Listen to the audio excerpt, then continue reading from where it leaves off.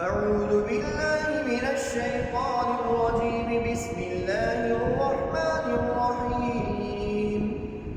لقد نصركم الله في مواطن كثيرة ويوم حنين إذ أعجبتكم كثرتكم فلم تغن عنكم شيئا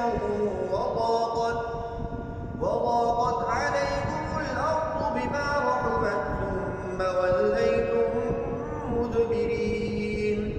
ثم أنزل الله سكينته على رسوله وعلى المؤمنين وأنزل جنودا لم تروها وعذب الذين كفروا وذلك جزاء الكافرين.